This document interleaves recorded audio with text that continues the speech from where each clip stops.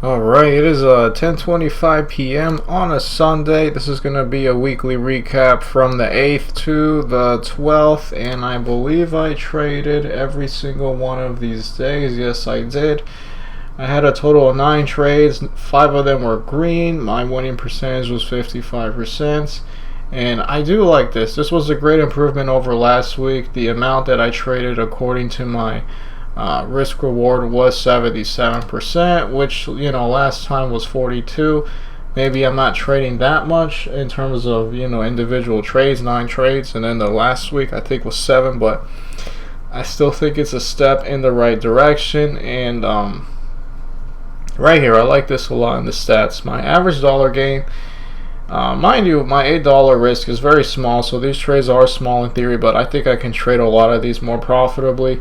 My average dollar gain was $4, which is about double what my average dollar loss was. My average percent gain was about double what my average percent loss was, but I think my average percent gain can be a lot better.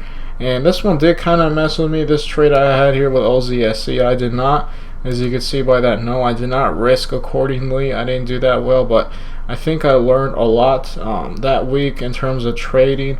And that's kind of why it affected how much my average dollar position size was compared to my average dollar position size on a losing trade, because I did trade an $800 trade here, and then my average time in the trade seems to be much longer than my average time in the trade that did not work out.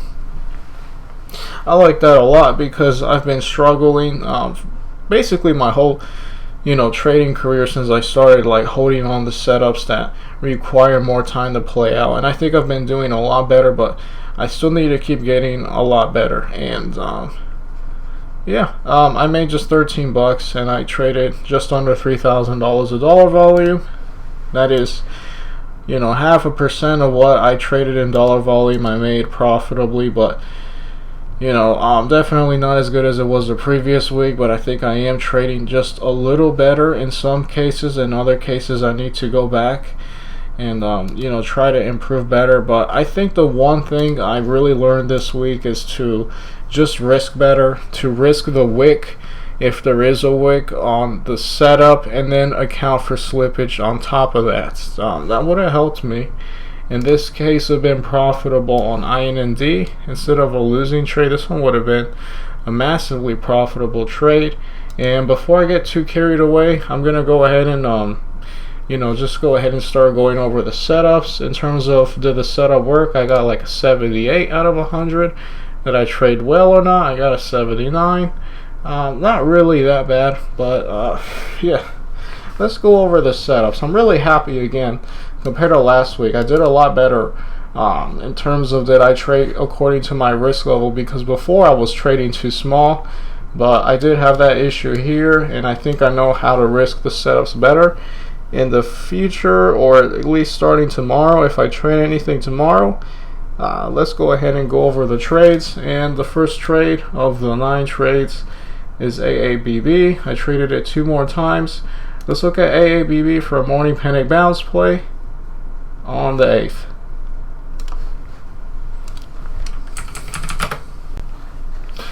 Alright, here's the daily chart. The 8th was right here, first red day. Nice run up, downtrends, green candle. Something here made me be interested in it, even though it doesn't look like it was that much. Let's go ahead and highlight from here. Okay, this was it. The morning panic bounce play, I was in at 9:36 a.m. That was 19.3. Let's look at 19.3 at 9:36. So right here, right about there actually. I like it. Nice panic. It makes a bottom, it bounces, it gets back to the wick, right? I really like it when morning panic bounce plays do this, where it has a drop and bounces, and then it goes back to that bottom and it holds it. Now this one did have a wick here, but I probably had a lot of convention, thinking that it was gonna reverse from there and be like a level 2 reversal. Let's look at my exits. And okay, I sold in 2 pieces. My sell was 939. and the average was just under 20. So let's look at 939, right about here.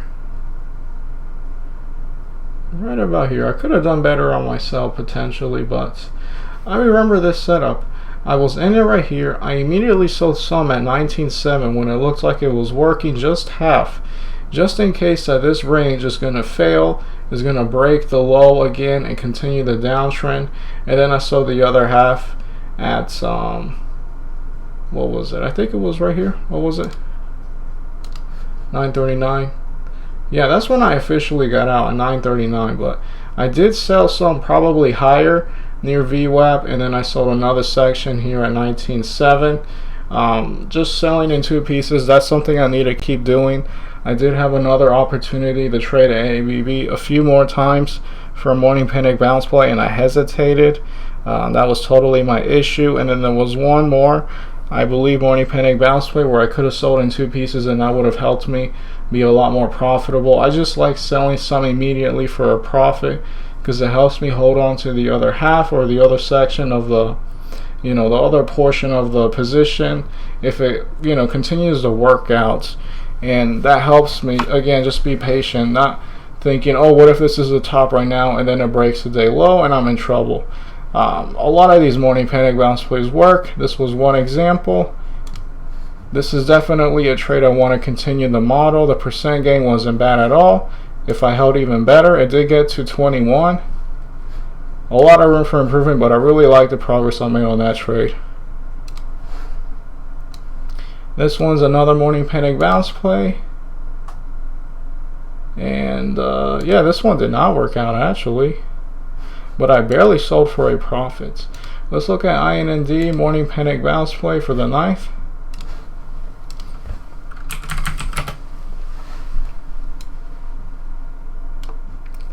Okay, it's a considerable red day, and this thing continued to drop and look very depressing, but it wasn't that bad back then. It was another big red day. Let's look at the 9th. Right about here. And the rest of the day, it didn't really do much. It downtrended a little. Here it was. My entry was 936. 15.5. I'm gonna just go ahead and actually show the exact price because there was such a small difference that it just made it a little more profitable. 936 at 15.45 right here. 15.45. So I did get like near the very bottom of this candle. I was having that same thing in mind where it has a panic, it tries to hold, and then it drops right at that same level that it was trading recently, which was the wick. And then when it looked like it was going to break below the wick and head even lower, that's when I got out of the trade, and I got out the next minute at the same price, basically 15.5. 937, 15.5. Yeah, this one didn't work. I basically was in here at the bottom thinking it was going to hold this level. The price action looked bad. It looked like it was going to break under it. I got out, barely got out profitably on that one, and it did head a little lower, but it did try to bounce back, I guess, from 15.2. So I held 15 to 15.9. So 15 to 16 is 7%, but obviously this doesn't look like good price action. It just was pretty ugly, and then it faded again. I could have potentially have maybe tried again just for that idea that it's holding 15, but I don't mind missing that one. That one right here was kind of ugly.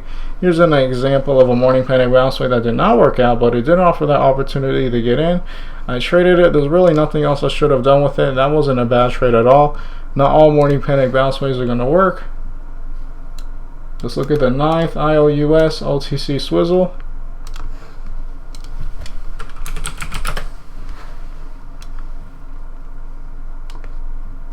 Right about here, not a very significant day.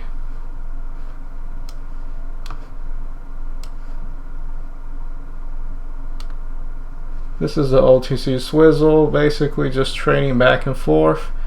Ideally above VWAP, especially if you want to be long a setup. and the idea is that it's going to break out of this range that is trading in throughout the entire day and do something nice. This one didn't really do anything, but if you look back at the 9th, the video I made on the 9th, TGGI was another one that did do the OTC swizzle, and it really worked out. It made a nice move towards the highs, but this one did not work out. I put that the setup kind of worked out. I traded okay, and I did risk appropriately, close to my $8 risk level. I could have waited for my risk level or end of day. I guess I probably lost patience. Yeah, I did lose patience with this one, but you know, although it did make a little move, it wasn't much. Although I probably would have been salty if it did something really nice. Let's look at this. My entry was at 1:47 p.m. 458. So right about here.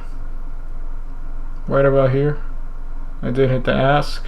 It did look like it was going to actually break forward. As you can see, here's the bottom, and then it's just slightly higher. VWAP is slightly uptrending, right? So it was when it was like right here and it wasn't even having a low back to this 45.5 level, I thought it was going to actually do it, but it didn't. It did kind of make a move, but again, this one didn't really work out. But I probably should have just held this thing better. Only have gone out of the setup if it either got to my risk level and I have to cut the trade, or if it works, of course. In this case, it slightly worked. I could have sold for a slightly small amount of money, or like just before the end of the day, because I don't like holding these overnight. My sell was at 222 and 457. Right about here. 457 was my sell. As you can see, it did work out a little. It uptrended a little, but it didn't really do anything else. It never reached my risk level. I probably would have been able to sell at 46.15, or maybe even the bid at 46, because I don't like holding setups overnight, and that would have been it. I could have held this one longer. Why not? Even though I did hold this thing for 34 minutes, I'm actually making this is like a breakout in terms of how long I've been holding setups. It seems like I'm doing better holding certain setups longer that require more time to work out. And let's just see what it would have been if I sold at 46, because that would have been possible. Yeah, it would have been slightly profitable. I mean, I did trade a small position, but it obviously didn't work out. I didn't do the thing that I wanted it to do, like TGGI. That was a good attempt, though. Alright, another morning panic bounce play for the 10th, HYSR.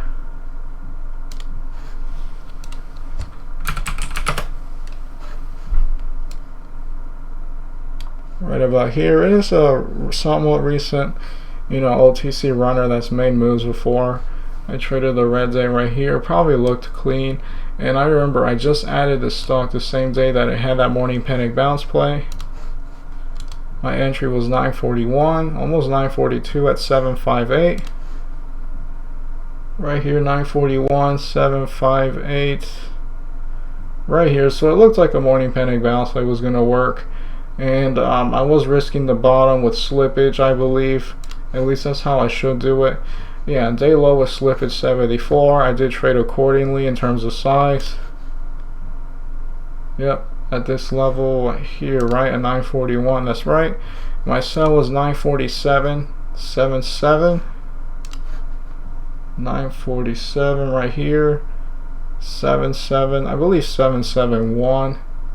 So my sell was there, and then my entry was right here.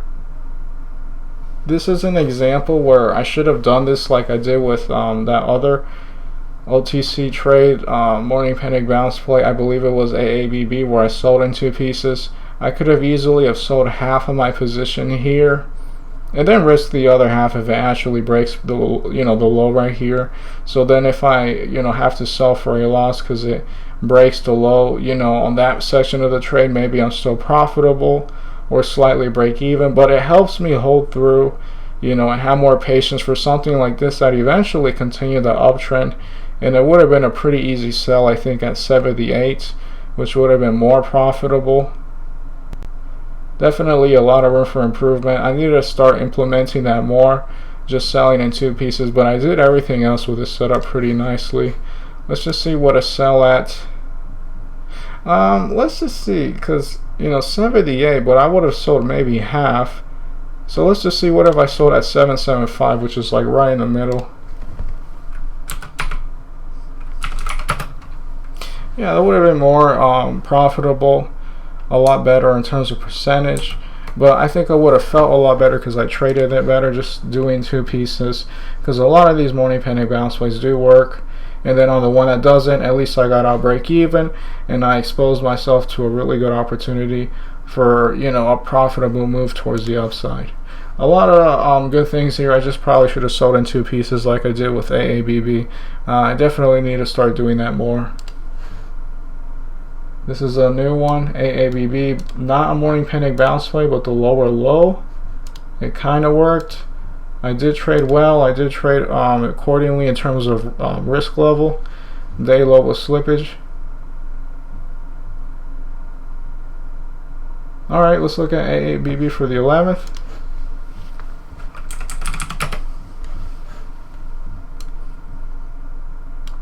Right here. Looks kind of weird. Let me do it from further. Nothing too considerable, but let's see what it offered on the 11th, which was right here. My entry was 947, 2439. Right here, 947, 2439. So basically right here at 947. As you can see, here's a morning panic bounce play. Here's the bottom. Bounces towards VWAP. This one actually didn't break past VWAP, as you can tell. It was a bit choppy here, but I could have been a part of it, honestly. Now realizing that a lot of these morning panic bounce plays will have a bottom, right, and then it will come back very likely to the bottom of the candle. If it has a wick, sometimes it doesn't get back to the bottom of the wick. But here's an example where the bottom of the candle was 246 and it came back here. I could have thrown maybe a bid order at 2475 and I would have been a part of this move towards 25.5. And here's why it didn't work too nicely. It didn't get past VWAP. It didn't even touch VWAP, so that was the case there, but it would have been profitable. Or if I would have sold half, yeah, that would have sucked, because then this red candle might have been hard to sell into. But it did expose me to something that works on a lot of these morning panic bounce plays. And again, my entry was right here at 947. My sell was 951, 24.25, a slight loss. 951. Basically right here. I was basically probably just risking this level right here. And then when it broke it and I thought it was going to break, actually no, I was risking the wick here. And the issue was that it was trying to hold this level at 24.3 for a super long time.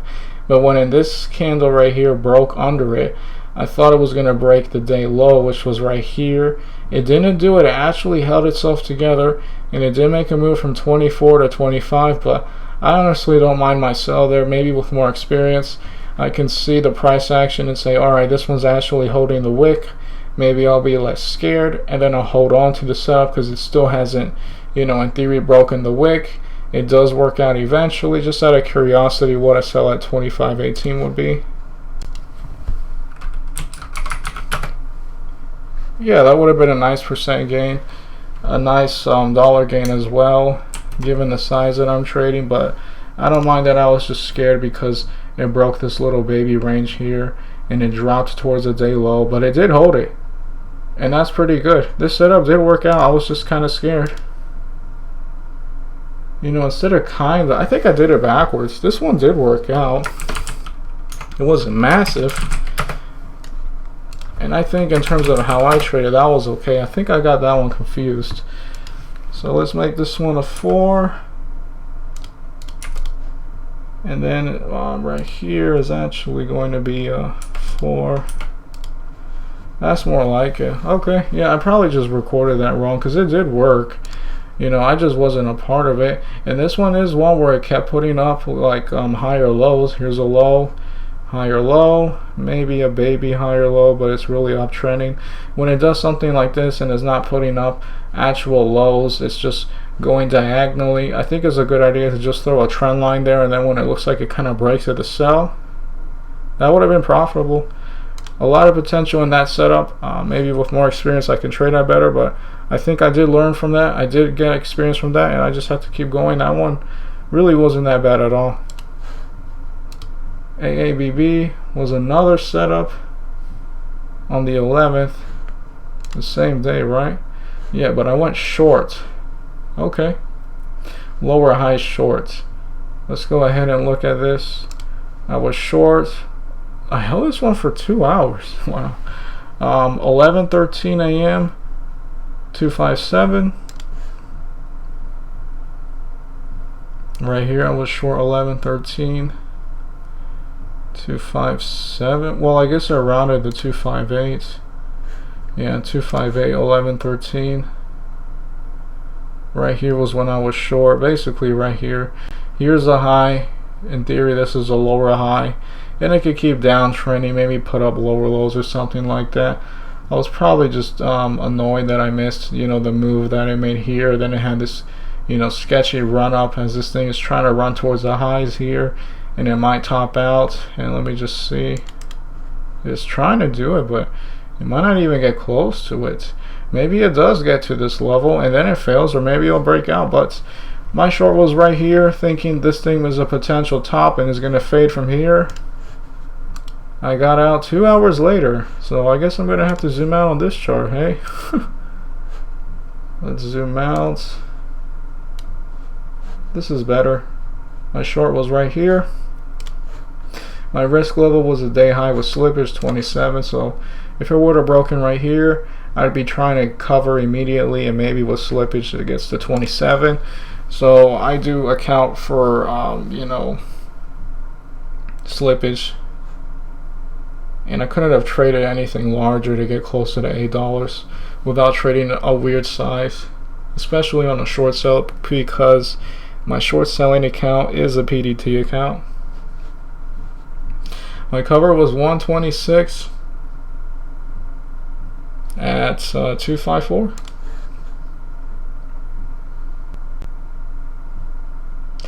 Right here, 254. So again, my short was back here. And then my cover was right about here, right when it broke under. This was a very important level. My issue here is that I did not cover here, which was under VWAP, and that was my goal, to cover under VWAP, but I was too greedy because I was slightly red on the day, and I wanted to be green on the day. And even if I were to have done it, I actually could have covered here and have been green on the day, but I thought I was down a bit more and I really wanted to be green, but by me being greedy, I actually had to cover at this price instead and not be as profitable. I still finished the day red, like 2 pennies I think. And that's what I deserve. I really learned a lot in terms of price action, how desperate market makers or whoever is behind the stock on trying to keep this thing up, because it will trade with ridiculously garbage spreads in an attempt to get rid of all of the people on the ask and then break further. It was just really pathetic, and it did continue to fade. As you can see, my short again was here, and then I covered, I believe, right here. Yeah, right here. It did fade a bit more.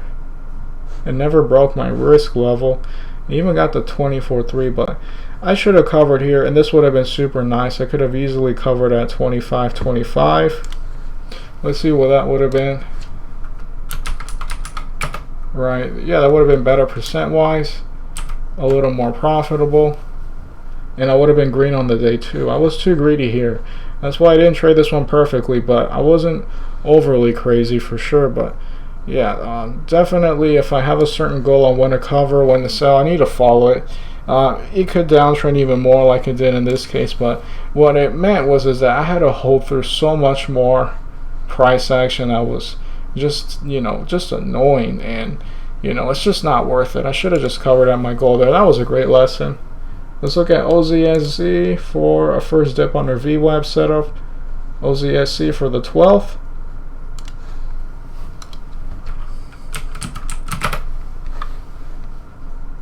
This is a former runner. It doesn't really show, but it was a much higher. Yeah, this is a 12. It is trying to turn around. I went from this 32 level now at 53. Let's go ahead and highlight it right here.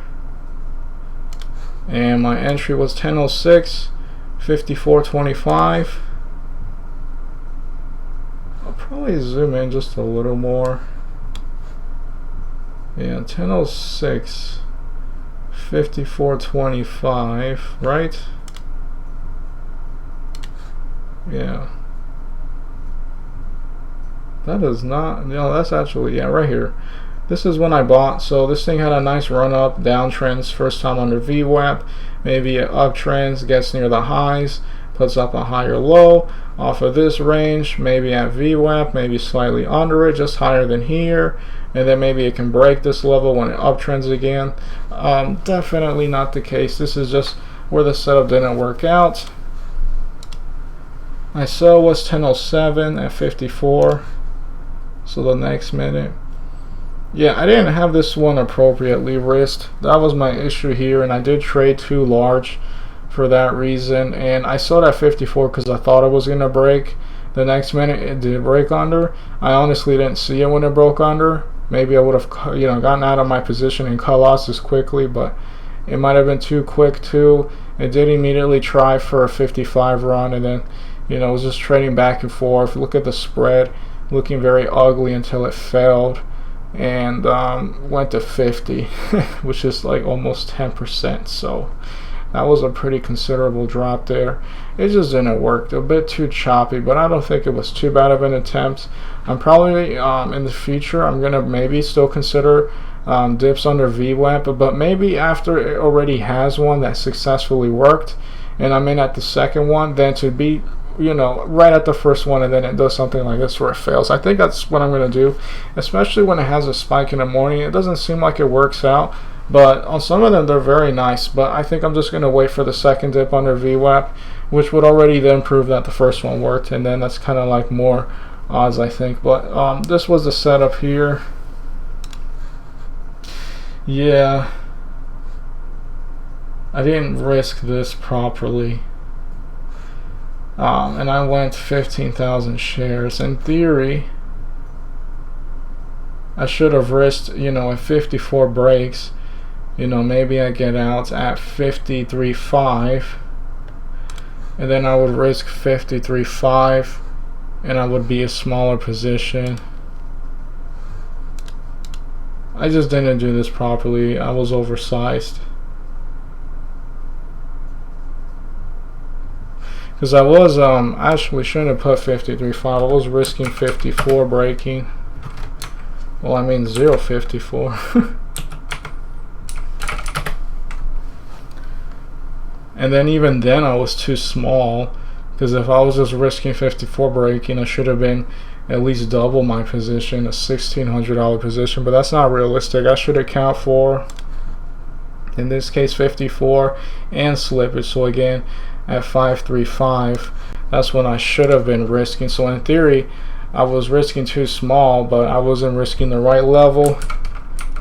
Sorry if I'm like too confusing with this, but I should always risk like a certain level, and then on top of that, if I don't sell right at that level because it's a support level or breaks under, is a panic, I need to account for some slippage. So in this case, I should have been risking 535. Right, and then that would have meant I was oversized. So maybe in theory I should have been just 10,000 shares, and that would have been nice. And in this case the setup didn't work, so I would have only lost $2.38, which wouldn't have been bad. And it doesn't seem like much, but I am trading with small amounts of money.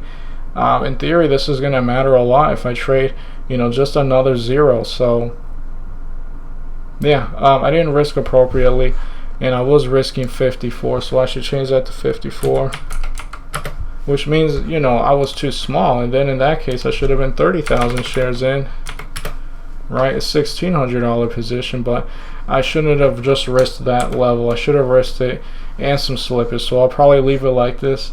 I did not risk this one appropriately. The setup I'm probably not going to do, unless it seems like it works consistently, the first dip under VWAP. I'll probably wait for the second one, because again, it means that the first one worked. Let's look at IND. This is a day low and multi-day support hold. This is a setup that did work, but I didn't risk appropriately. Let's look at INND for the 12th. So former OTC runner trying to make a move towards the upside. It did, and then it had this really sad and just depressing downtrend, but at least it's trying to hold itself together now. Right here was the 12th. And the whole idea with this one is that this thing has been, I don't know if I have like a 15-minute, yeah I do. This thing has been trading off of 12, as you can see, as a pretty important support level way back here. You know, if you look at the bottoms, it's about 12. It held 12, maybe not perfectly. I guess it's more important this last section where it just holds 12. It held 12 here, it held 12 here, it held 12 here. So then in this case, you know, it did drop to that same level of 12, although I don't see why the chart doesn't really show it. I guess it looks better on my E-Trade chart, but in theory, this thing is just playing off of 12 always as a support level. Oh, right, that's because this is when I traded it right here, and it did reverse. This is a setup that worked, but I did not risk this one properly. My entry was 1102, 1235. Right here. 1235. So basically 124. Right here was my entry. And my exit was 1109, 122. Right here, 1109, 122. Yeah, right when it had the day low. I didn't like it. I was risking the wrong level, which was 121. So then here at 1109, when it kind of broke under it, even though it held 12, you know, I thought that wasn't my plan, you know, for it to break under 121. Let me sell, and I did get a nice sell at just under 12.2. I think it just barely rounded up. Yeah, you can see it was actually, you know, 12.19, but basically 12.2. Very close, and it did work. You know, my sell was right here.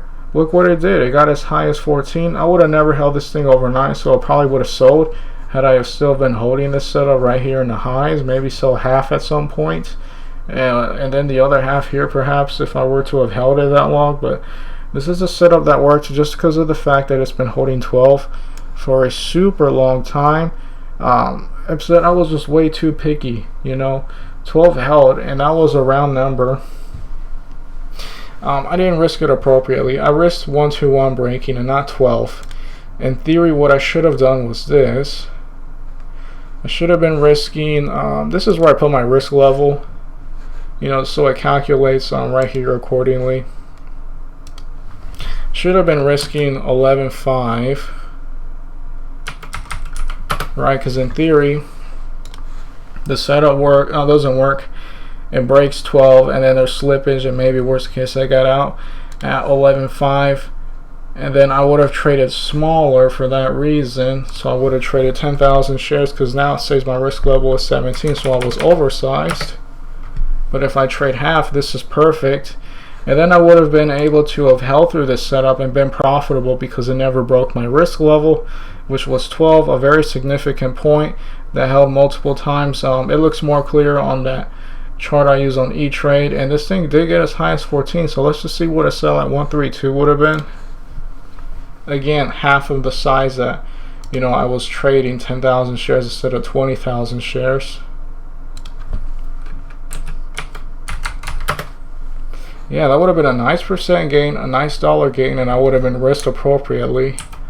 But again, the issue is that I traded 20,000 shares, which was fine, but I didn't risk, again, the 12 level breaking, and it did hold 12. I was being too nitpicky with this 121 level and not thinking big picture that it was holding 12. And it's not like 12 was just, you know, like too weak. There was like a wall of bidders holding 12. At one point it looked like it was going to break under it, but it never did. And then we had that weird person who bought like $120,000 worth of shares in this candle, and literally it turned around since. That was pretty interesting to look at.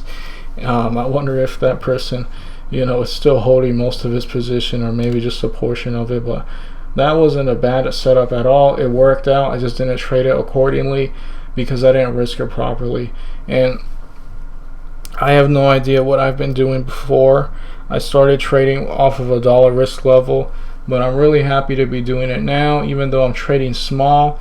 As long as I can keep doing this properly, picking the right setups and holding better, selling in pieces when ideal on some setups, I'm going to continue at this risk level. And then once I start seeing even more improvements, that's when I can start risking more money and be more profitable in theory. But I want to just prove myself with a little bit of money, because it will be the same with a little bit more money, little by little. I have a long way to go. And now let's look at the last setup. RGBP, the same day. This was on a Friday. I traded 3 setups on Friday. Let's look at RGBP for the 13th, inverse head and shoulders.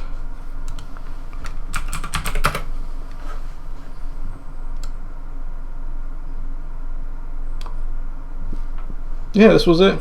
Nice uptrend. Unfortunately downtrending, but I liked it because at the time it was near the lows. It didn't, imagine this section isn't there. It was just holding this range, give or take. It was just looking like it wasn't dropping as much every single day, trying to hold itself together. And I traded the inverse head and shoulders, which, as you can tell, was way back here. My entry was 1232 at 25.85.